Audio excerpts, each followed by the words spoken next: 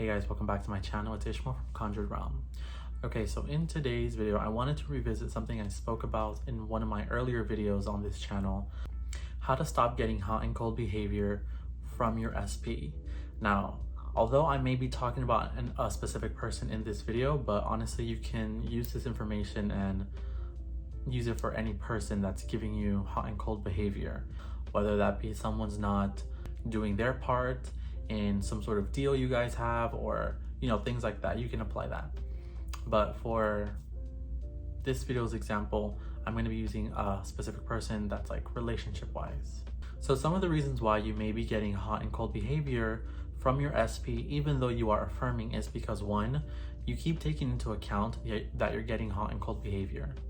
So the more times you notice that one day he's nice, one day he's mean, one day he can be affectionate, one day he can be very sour, that is perpetuating the story that you don't want. And not only that, but I tend to see people, once they start getting hot and cold behavior, it's almost as if you want to tell everyone that you're getting hot and cold behavior from your SP.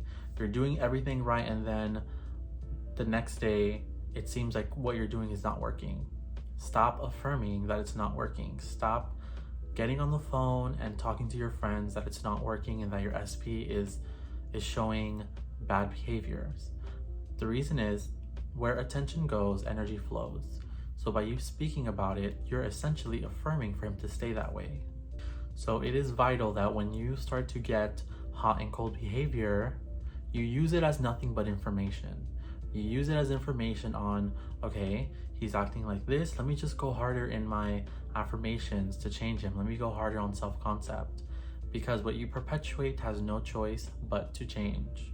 So if you perpetuate the end result of you guys having an amazing relationship together, him always constantly being affectionate, attentive, always having eyes only for you, then eventually that is what has to play out. Now, it's very important. It's like I say this, but you guys say you get it, but then I keep getting comments on, well, then why does this happen? Well, you have to ignore the 3D. The 3D is old news. None of this matters. All of this is something you once thought that is now here because of a previous assumption or a previous thought that we had in the past. If you guys honestly want to take manifestation seriously and you really want to start seeing movement and change in your life, you need to learn how to control yourself when you are getting something that's not favorable in front of your eyes. Okay, this is like golden information. If you can control yourself when what you are seeing, what you are experiencing directly right in front of you, and you're unmovable in the fact that you know that this has no choice but to change if you persist in seeing the outcome, your 3D has to update and it has to change.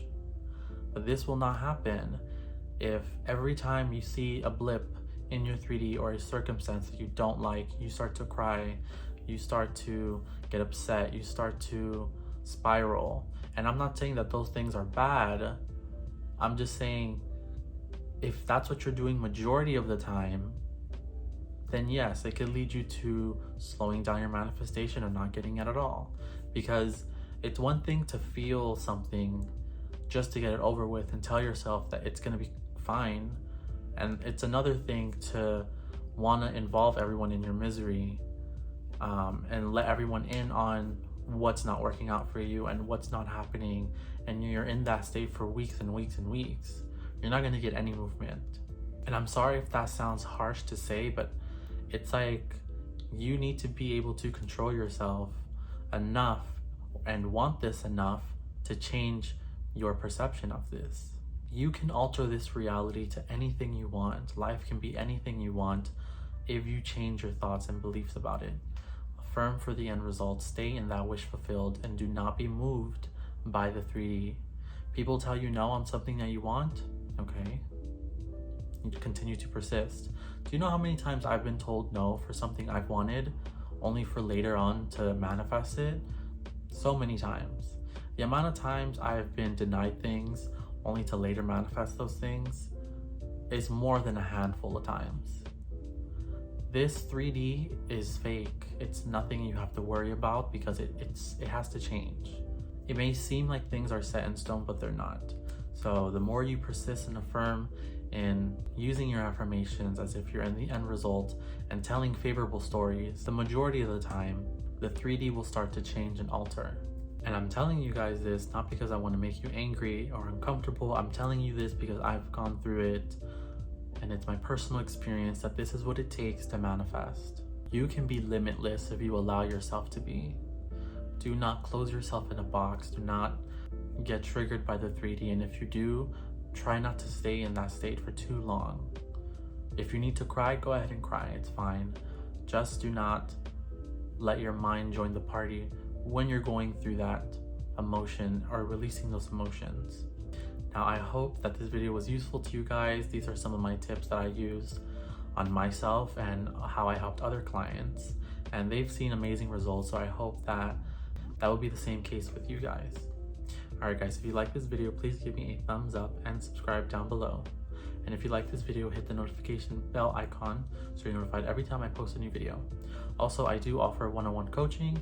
If you want to get coaching from me, please email me down below. I have my email, and we can set up a time and day that's most convenient to you. All right, guys, happy manifesting.